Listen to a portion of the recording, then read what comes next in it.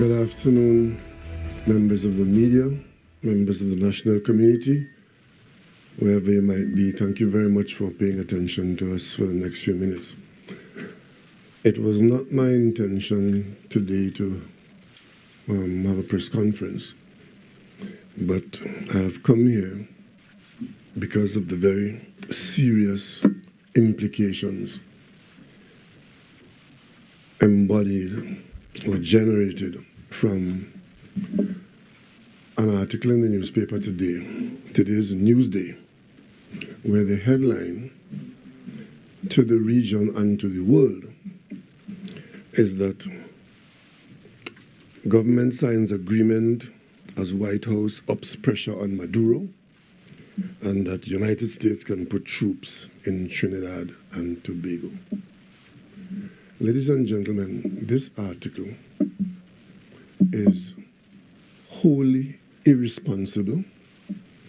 It is either based on incompetence, malice, and or both, but I cannot for the life of me understand who in Trinidad and Tobago would see it fit to publish a headline, bold banner headline like that, against the background of a picture of myself, Admiral Halsey, Minister Hines, and the U.S. Ambassador.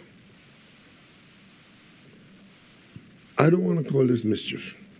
I simply want to call it dangerous incompetence.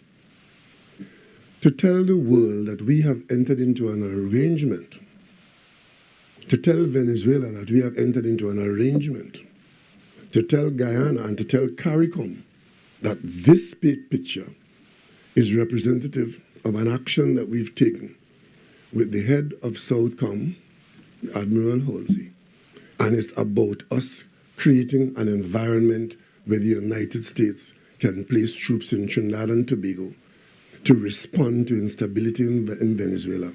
Whoever did this is not acting in the interests of the people of Trinidad and Tobago. And let me tell you why. I am so disturbed about this. You would recall, not too long ago, there was a situation where the United States government led arguments, OAS and the European Union, about regime change in Venezuela. And it got very heated, and it got to the point where people were expecting physical action. The European Union had given Maduro 8 days to leave office. The Canadians had said to us in CARICOM, time for talk over. And our question was, time for what now?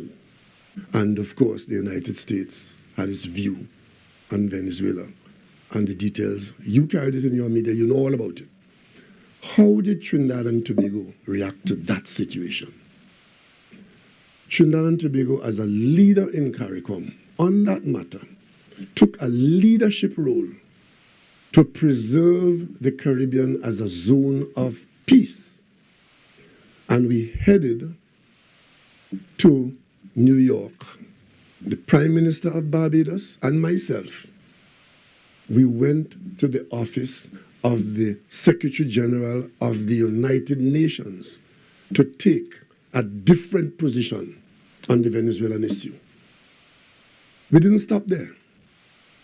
We, again, Trinidad and Tobago, and this time the larger CARICOM, we went to Uruguay and took part in generating the Montevideo Accord, which was meant to prevent any instance of the breach of the peace in the Caribbean, supported by Mexico and Norway.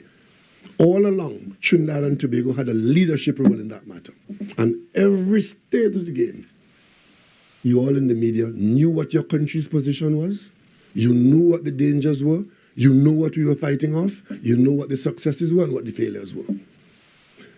I made my first visit to the UN General Assembly and spoke of Trinidad and Tobago's position on this matter. So the media in Trinidad and Tobago, you know our position. Why then would you convert that firm stand of your country to create a situation? What has changed to cause Trinidad and Tobago to be a platform for foreign troops on its territory in response to a Venezuelan situation?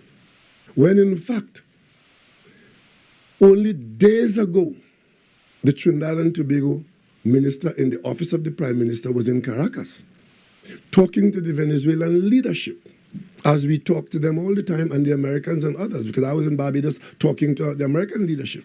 And CARICOM, as a unit, we cover and protect ourselves by standing on the defense of CARICOM Caribbean is a zone of peace, and we are not supporting anybody's military excursion. What exactly happened in Trinidad and Tobago in the last 48 hours? This picture has nothing to do with any Venezuelan issue. This has everything to do with the relationship between Trinidad and Tobago and the United States, which is a very good one. And of course, the conversations that we've had, if you listen, and in fact, the very paper that carries the story, carries the details of what was said by Admiral Halsey about the issues that brought him here and the issues that were discussed and the commitment to cooperate with Trinidad and Tobago on matters, not the least of which is national security. That's what it's about. The local press cannot pretend not to know that our security agencies rely very heavily on the cooperation that they have with the United States. Many instances, the actions that we take here, or actions that are taken in our interest outside our border in the region, has to do with information or physical assets of foreign countries, not the least of which is the United States, helping us to protect ourselves because we don't have the ability to have as many assets out there or to have the intelligence as to who is going to harm us. And you read in the story what Admiral Halsey has said, as far as to talk about criminal elements coming from South America and threatening us now. I mentioned that from this podium recently. You would have seen during the COVID period, when the rest of the nation didn't have vaccines, among the first vaccines we got were some that came from a United States military agency to our defense force because of the relationship between them. In the last few years, the United States has put over $9 million in grants into the security services of Trinidad and Tobago. We have an ongoing relationship of training and sharing of information with the United States. And none of this is secret. None of it is secret. It's all about the relationship between two friendly countries, one with a lot of resources and one that needs the help. So where did you get it from?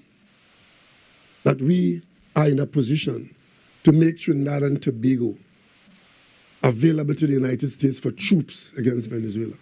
It's a serious matter. If a country is making its territory available for another country to stage military action against them, that is a serious matter.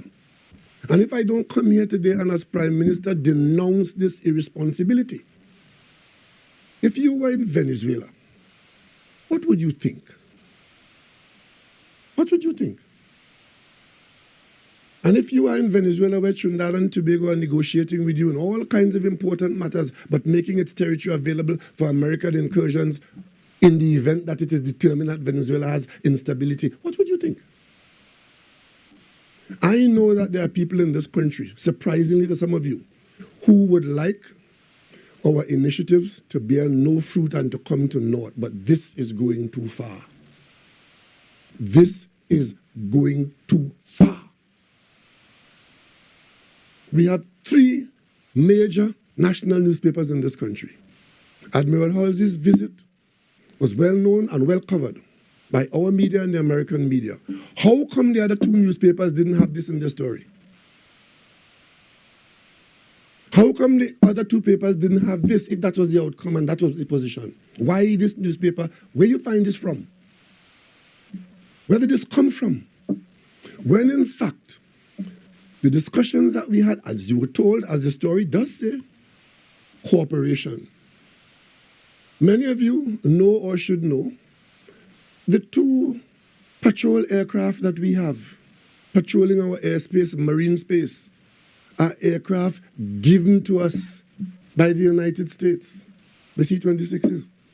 They have pretty much come to the end of their useful life. We are paying a huge amount of money now to maintain them because the older they get, the more expensive they are to maintain. We have been trying to replace them by seeking assistance from the United States to replace them. It appears as though now that is not going to be forthcoming because of U.S. government policy. We are now in the marketplace as I speak to you now. If your memory serves you right, you would have seen me go to Washington, and followed by that, you would have seen the head of the American Exim Bank in Trinidad and Tobago, and made public in Trinidad and Tobago that $500 million is available to Trinidad and Tobago to meet its needs on matters of national security and other things. Among that is to obtain replacement aircraft for those C-26s that are at the end of their useful life. That's what's going on right now. That's the kind of relationship we have. Admiral Halsey, a few days ago, became the head of Southcom. The very first country he visited, within days of becoming head of Southcom, he visited Trinidad and Tobago. Again, that is because of the closeness of our relationship at the decision-making level and our security officers and our security agencies with American agencies. You would have printed in your own newspapers the close relationship between our defense force and the state of Delaware. As a matter of fact, a member of the delegation who is here with Admiral Halsey is the senior officer from the state of Delaware, visiting Trinidad and Tobago. Many of our officers participate in training and the use of other valuable instruments, equipment, and intelligence from Delaware and elsewhere. So none of that has anything to do with any potential for the placement of United States troops in Trinidad and Tobago with a view to dealing with any issue in Venezuela. Admiral Halsey talked about assistance in natural disasters. We welcome that. We put that in place in the event that there's a national disaster and we need assistance. We have something in place. Talks about the environment, talks about human rights and human trafficking. That is what happens out there. And we rely on intelligence from other agencies, the French, the British, the Americans, the Canadians, to tell us what they know coming our way. So that is a normal day's work in Trinidad and Tobago. Why would that be transmitted on the front page of a newspaper, misrepresenting the fact that this has to do with Trinidad and Tobago making its territory available, when in fact it is the opposite? We don't countenance, one, a breach of the peace in the region, and two, we will not facilitate any such thing. And our actions speak louder than our words on this matter. When this article was published, immediately the entire CARICOM becomes concerned because it is so far from what Trinidad and Tobago represents and has represented in recent years, months, and days. Where did this come from? When this shows up in Caracas, where did this come from? When it shows up on the internet all the way around the world, this little island nation is making its territory available to the United States to threaten Venezuela? Is that what the editors think? And in the event that there's any deterioration in Venezuela, you believe that Trinidad and Tobago will be a staging post for that? It is all well and good to write foolishness that nobody reads. But when you write this that has far-reaching consequences, you are a danger to the national interests of Trinidad and Tobago. And you know better, because our position is wide open.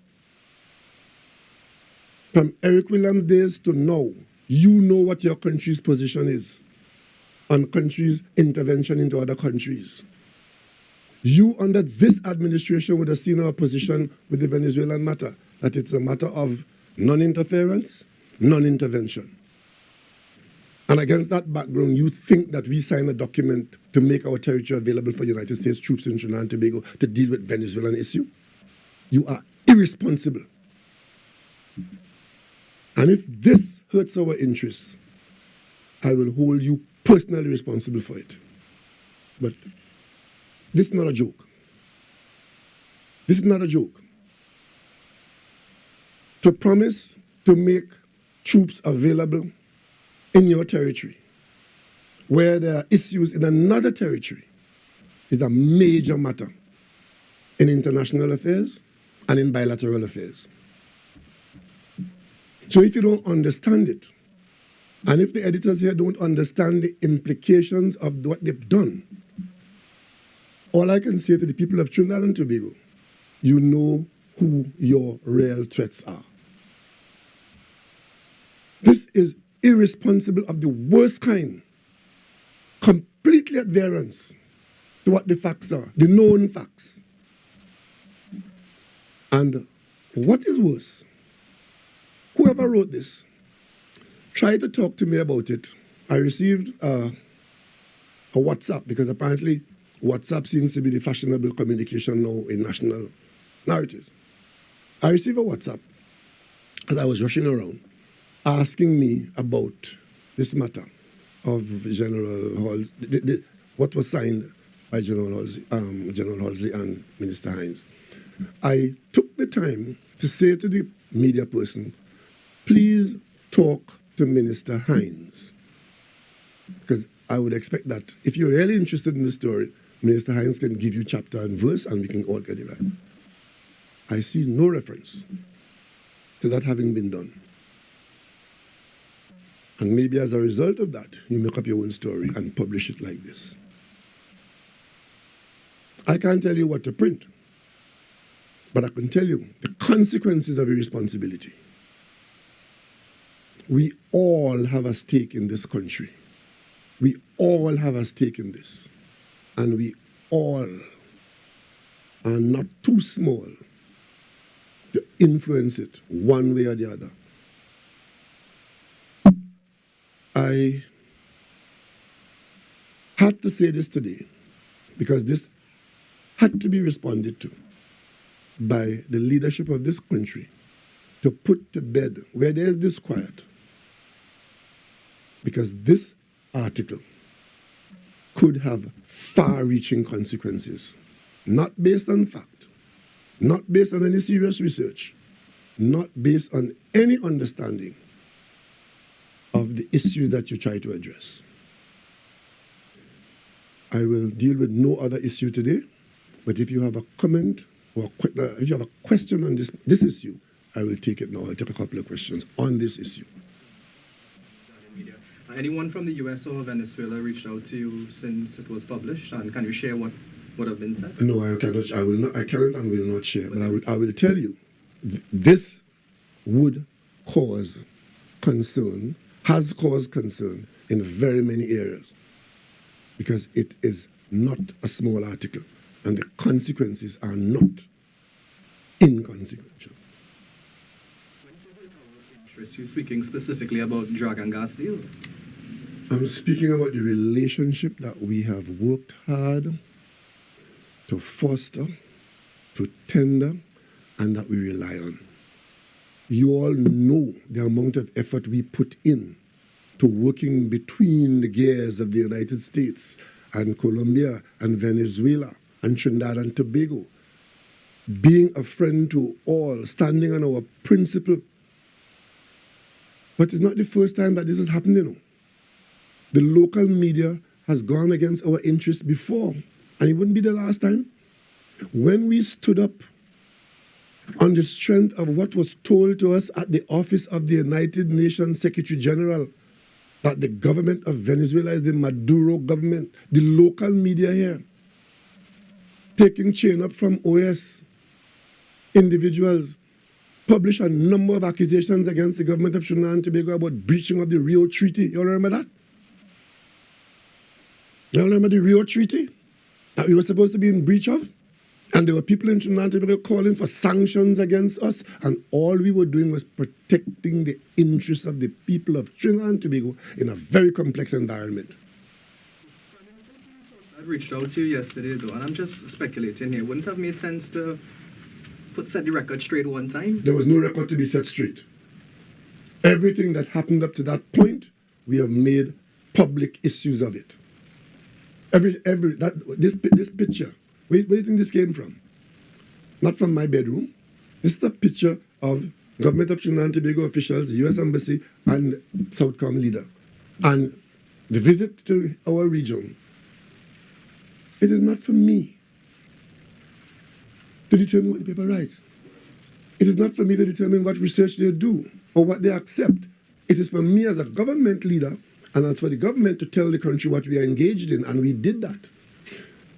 If you read the article, the substance of it inside the article, you will see a number of references to dates and time, and you see renewals of arrangements. Many of the arrangements that we have signed or that are in place, they are for specific periods of time, and they are required to be renewed. The SOFA, Sales of Forces Agreement, that's a standard agreement. That is what allows our soldiers and our Coast Guard people to interact with the United States people. You have to have an agreement. All those agreements are time sensitive. They are required to be renewed. They are required to be established. None of them have anything to do with staging any military force from our country to anybody else's country. None of it. There's nothing that was said there by Admiral Halsey, by Minister Hines, by myself, or by anybody in the government that we have changed our position so this headline is now available to make news. So where did this come from?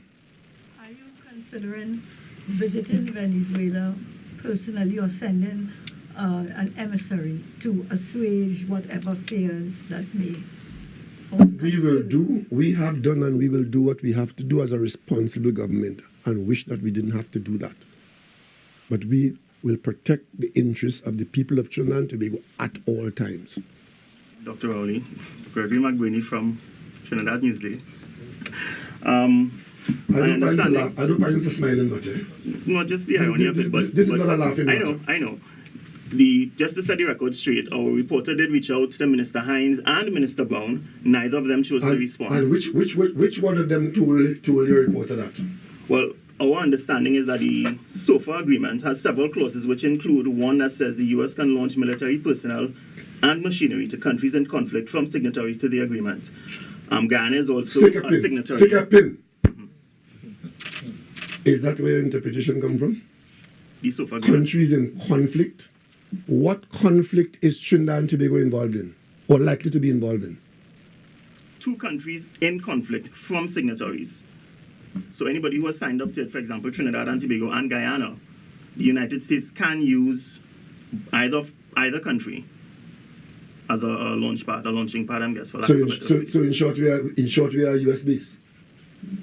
But does the agreement? No, in short, your interpretation of that is that we are US based. No, so if two countries have conflict, the US can do that.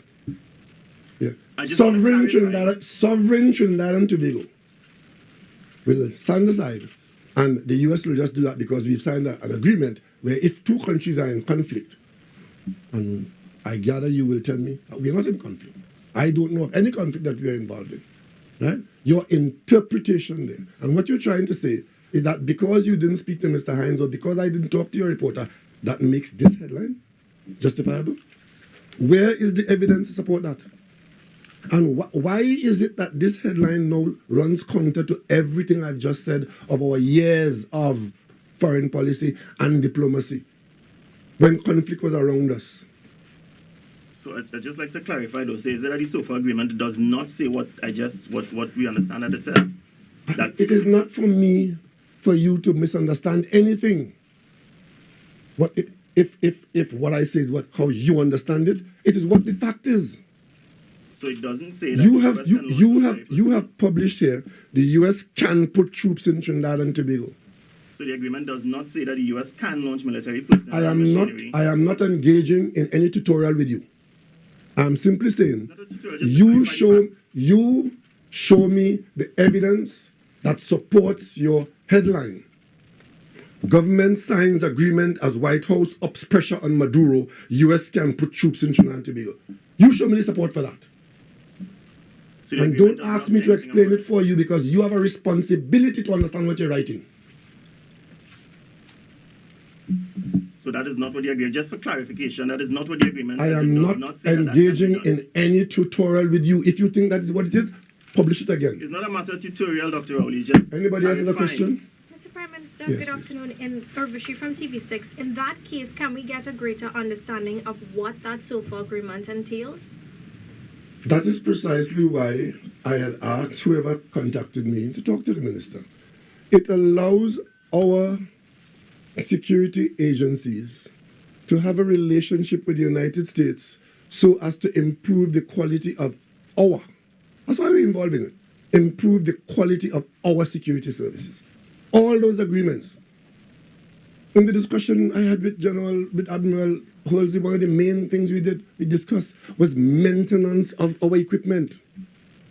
Raising with him that we are having to send our ships to Suriname, as they are now, for maintenance because we have not been able to establish in this country the appropriate level of maintenance.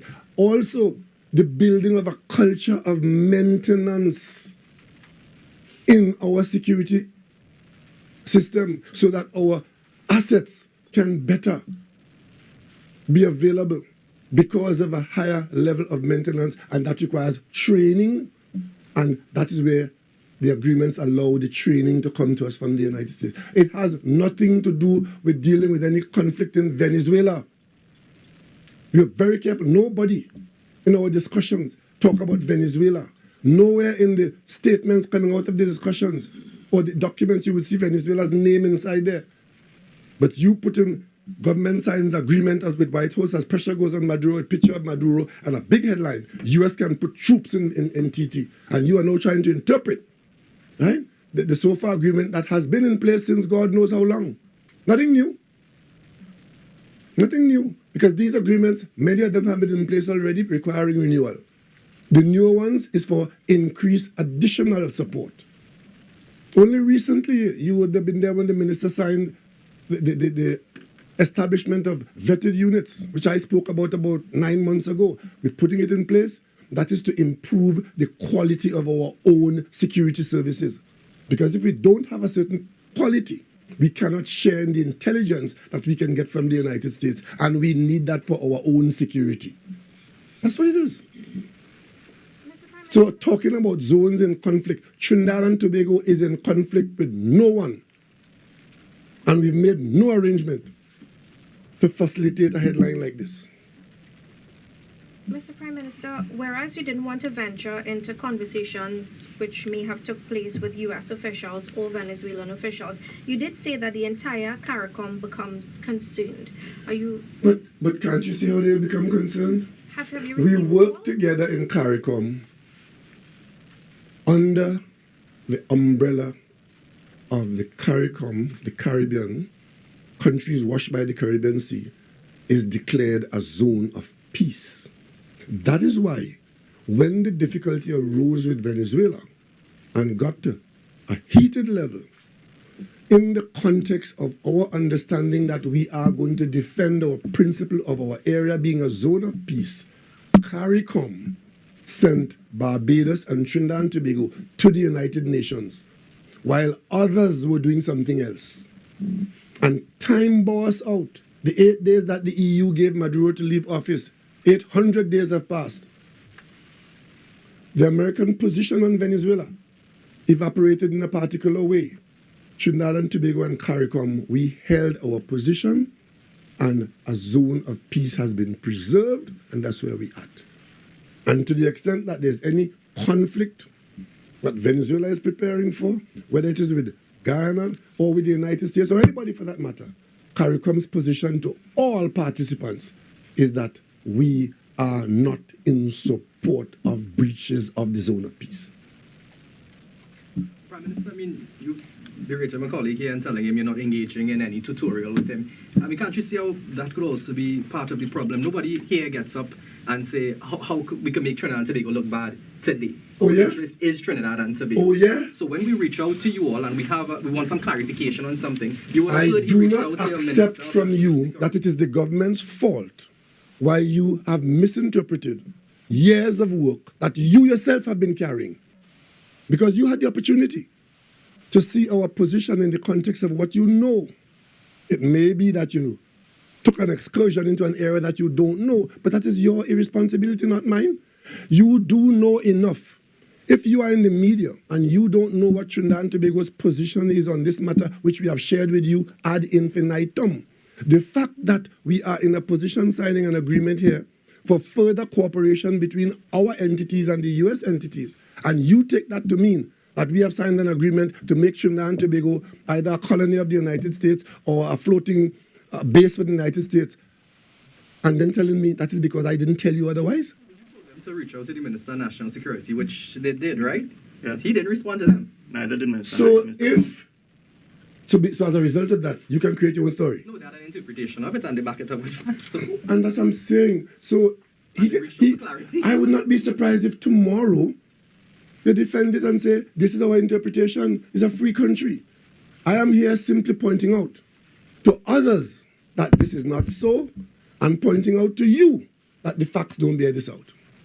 I think it also underscores the importance of politicians, that they should really respond to us a little more, try and be a little more open and transparent. I am not not debating that. But what you're trying to say, that as a result of you not reaching out to somebody, that you have a right to go and publish something that is not supported by facts and pretend that you don't know what the facts are up to that point. That's what you're saying. I want you to tell me that all that I've said here this morning is news to you. Because everything that I've said here this afternoon, as a matter of fact, everything I've said here have been with you in the public domain all along the way. Right? Do you think maybe that on the surface of it, the agreement may have appeared to provide for that kind of arrangement? Well, and that is why, because of the importance of not misrepresenting it, if you don't understand it, don't talk about may have appeared. Because I am not responsible for your competence. And if you read the article, and you will see exactly what Admiral Halsey said.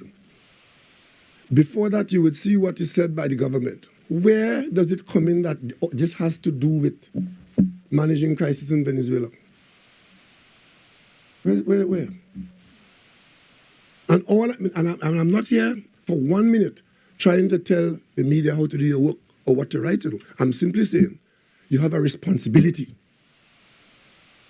That's all I'm saying. It's not free for all, because there are consequences. You have a responsibility. And the fact that somebody didn't talk to you on time before your deadline for your story is no license for you to go and publish something so damagingly, so misleading. Well, I guess the issue of communication is something that several of us have Challenged raised. with, yeah. Yep. So the question is that sometimes when there's a story and you feel confident enough, I mean, I haven't read the story properly, but if there's a measure of confidence that this is what the agreement suggested and there is no response, what then? I mean, what then? You sit and wait for a response? I am not going to answer that, because I cannot tell the media how to do its work and how long to wait and who to talk to. What I've asked you, I have spoken here on a number of public initiatives which are known. All of it carried with the media at different stages. So it is nothing new. The situation of Trinidad and Tobago in this matter, in this situation, is not new. So don't tell me that because you didn't get a conversation with the Minister of National Security that you don't know what the country's position is. Because nobody in the government has changed the country's position. And communicating with the public, we do so all the time through you, the media. And how you handle it is up to you. And we expect a certain amount of understanding, a certain amount of accuracy, and a certain amount of responsibility. I know that I don't, it's not for me to mark your paper. But when the outcome is of this nature, somebody in authority in Trinidad and Tobago has to clarify it. And that's what I'm doing now. But I will not be surprised if tomorrow the issue is, yes, we're right, because the government was wrong and because I didn't talk to the minister and nobody has talked to us.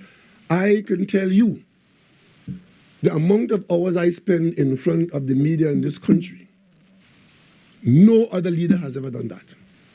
And these particular issues have always been ventilated to you through the media. So don't pretend to not know. And this is new. This is shockingly new. That is why my CARICOM colleagues have to ask, what is going on? Because how could Trinidad and Tobago generate a headline like that? Where we are, in fact, making ourselves available, when in fact, all along, our position is we are not supporting, not now, had not been, and not ever. The seriousness of the report is that this particular report, that there was an onus on the media house to get a comment or... Well, if you follow how these things go, even if they tried and... troops of one country, anywhere in the world, troops of one country having access to another country for the benefit of action against another country. That is how the conflicts are around the world. But we are not in that situation. We are not in that situation. We have not put ourselves in that situation. This story is saying that we have. And I'm saying that we have not. All the agreements that we have with the United States, Trinidad and Tobago's sovereignty and our sovereign position is paramount. Do we have a volatile relationship with Venezuela where No, we something don't. like this will... No, we don't. We have a very good relationship with Venezuela. And we also have a very good relationship with the United States. We operate as an independent country, free to make our own foreign policy and treat with our associates as our national interests dictate. That's what it is. If we have a good relationship, one negative, to use the word, headline is not going to jeopardize any commercial arrangements that we are engaged in. In matters of this nature, sometimes you don't even have to have the matter gelling. It can be an interpretation of the future. These are complex issues. And I would say that hopefully our relationship with Venezuela, and the United States for that matter, would not be jeopardized by misunderstandings of their positions.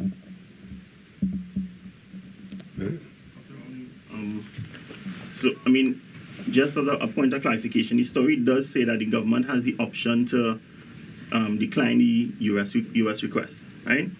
That aside, I know you said you didn't want to give me any tutorial, but can you assure the general public then that that clause that says the U.S. can launch military personnel and machinery to countries in conflict from signatories, that clause does not exist in the agreement?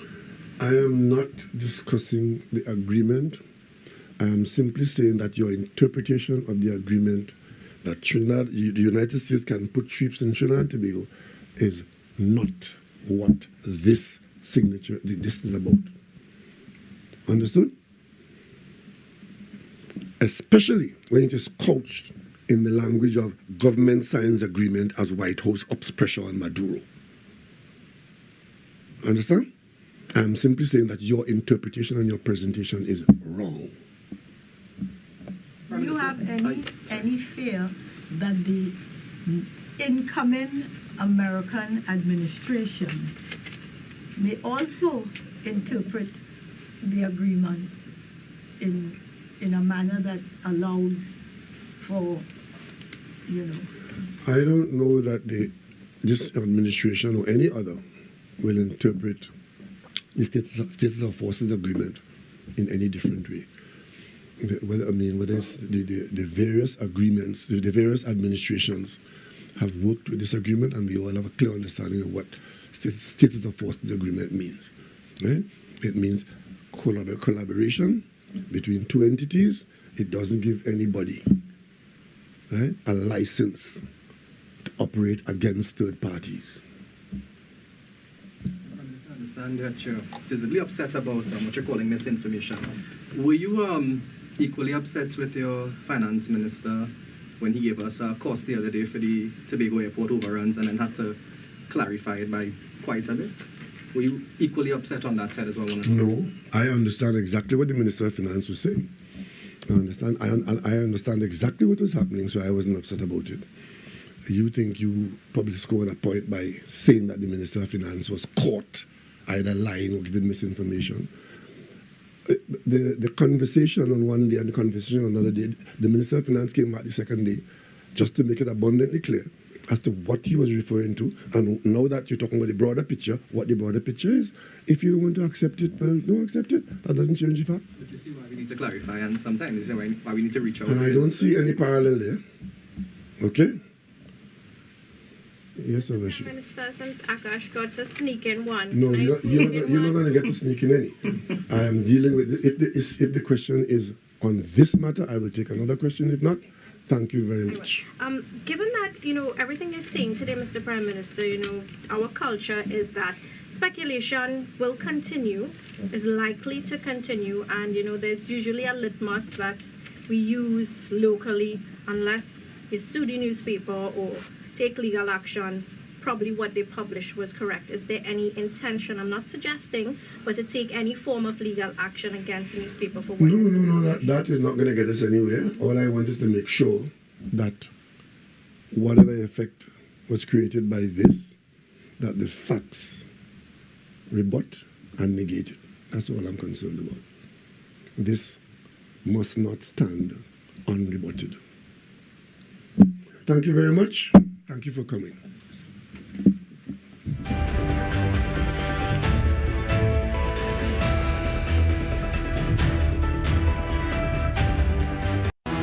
If it matters to you, it matters to us. We report the news. News in real time. TTT News, nightly at 6. TTT News, committed, accurate, relevant.